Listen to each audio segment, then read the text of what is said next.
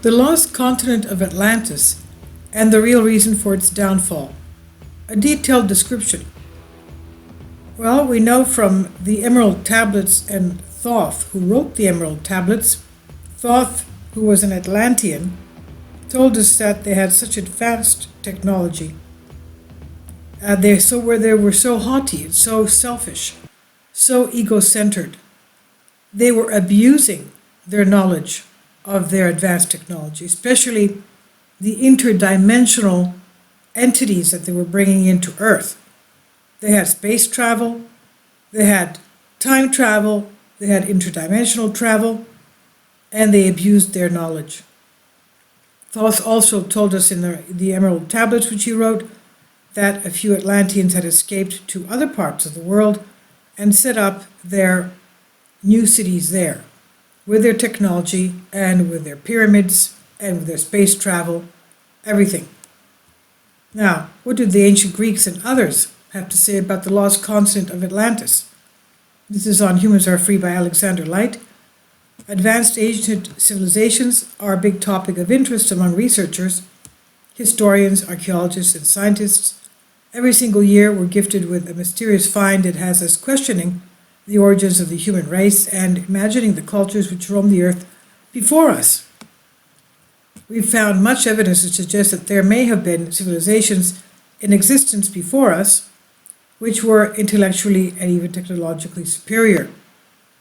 That being said, this theory is still thought to be quite fantastical, despite all of the evidence which has been brought to light in recent years to support this notion.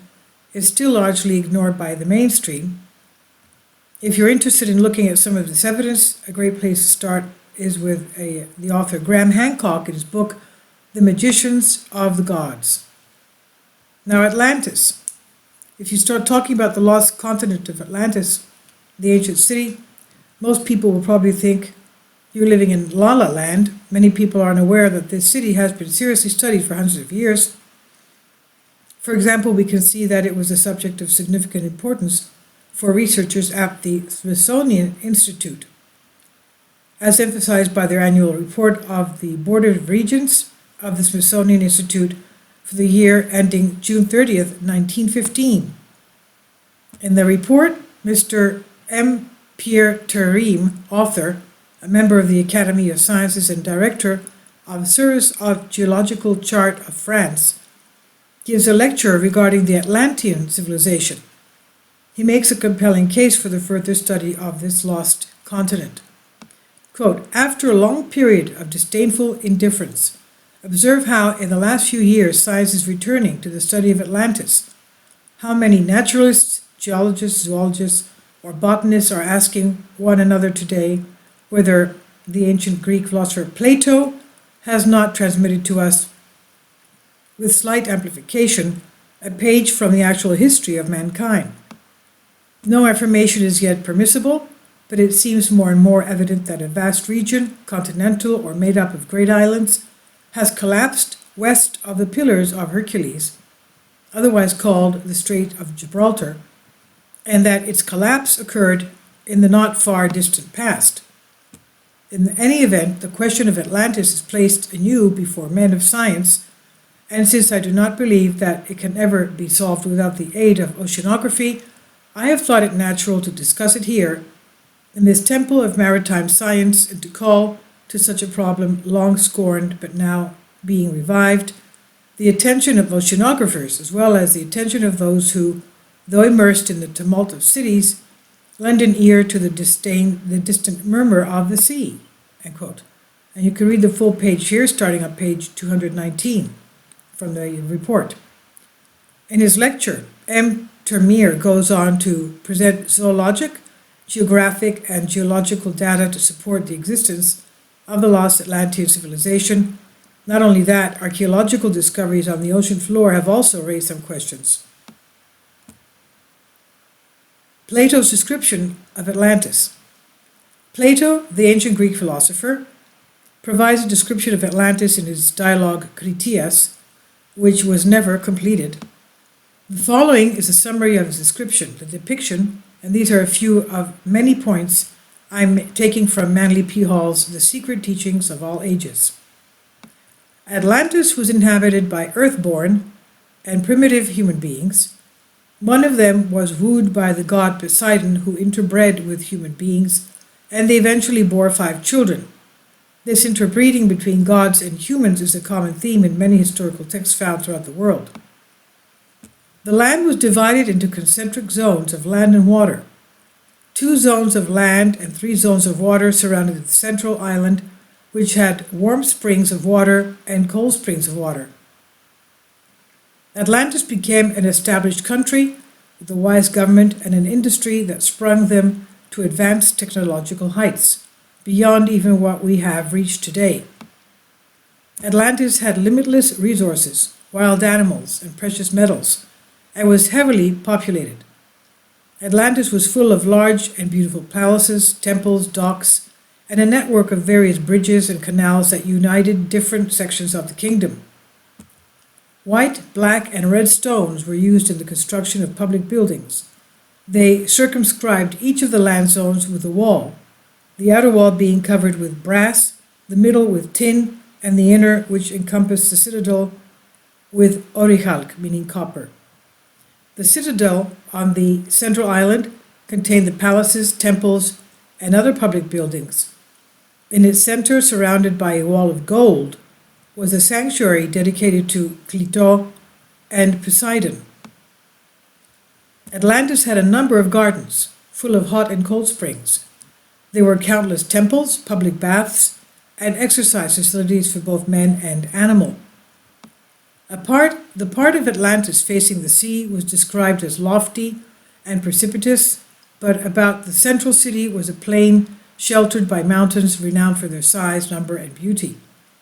The plain yielded 2 crops each year, in the winter being watered by rains and in the summer by immense irrigation canals, which were also used for transportation. The plain was divided into sections, and in time of war, each section supplied its quota of fighting men and chariots. Atlantis was massive, ruled by multiple kings, who all had control over their land. Their relationships with the other kings were governed by an original code of ethics that was engraved by the first 10 kings. Quote, "The chief laws of the Atlantean kings were that they should not take up arms against each other, and that they should come to the assistance of any of their number who was attacked." End quote. In other words, they were allies with each other. Now, the downfall of Atlantis. These are the essential points Plato makes about Atlantis. He described it as a great and powerful empire, almost magical, and said that this was the same empire which attacked the Hellenic states, the states of ancient Greece. He attributes the power and glory they tasted after this venture to their eventual demise, writing that the love of these ego-driven desires that soon developed among Atlantean kings lured them from the pathway of wisdom and virtue. Quote, "Filled with false ambition, the rulers of Atlantis determined to conquer the gods into his holy habitation and address them." Here Plato's narrative comes to an abrupt end, for the Critias was never finished. End quote.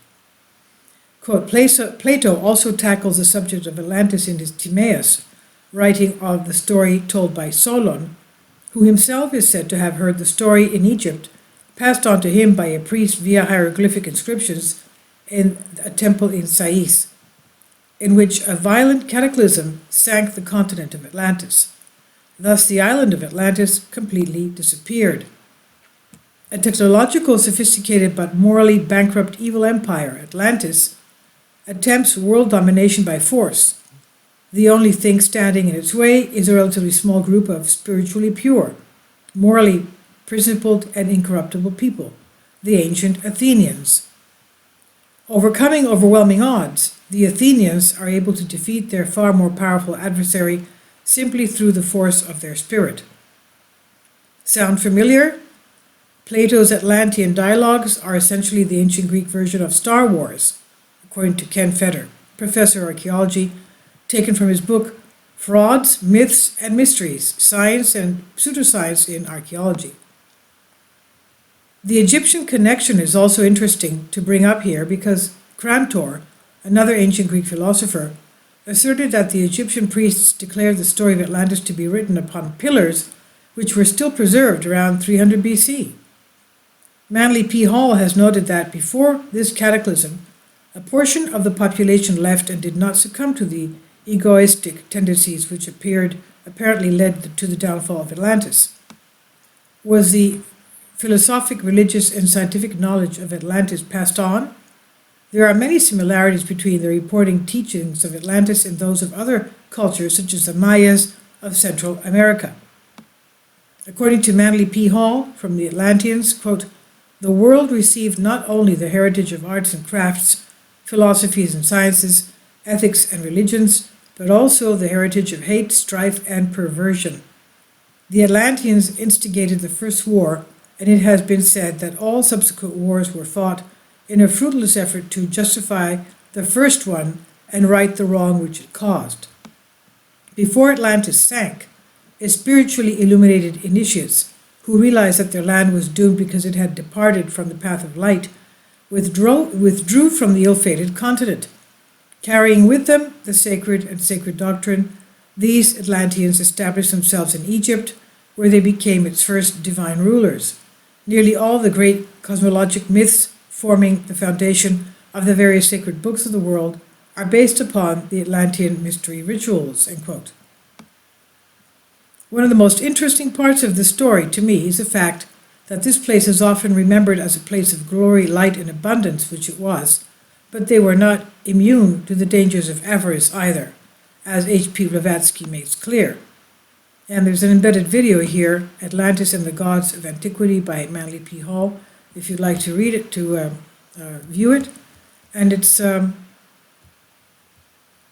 about 1 hour and 17 minutes long. This is on Humans Are Free by Alexander Light, and it's Creative Commons.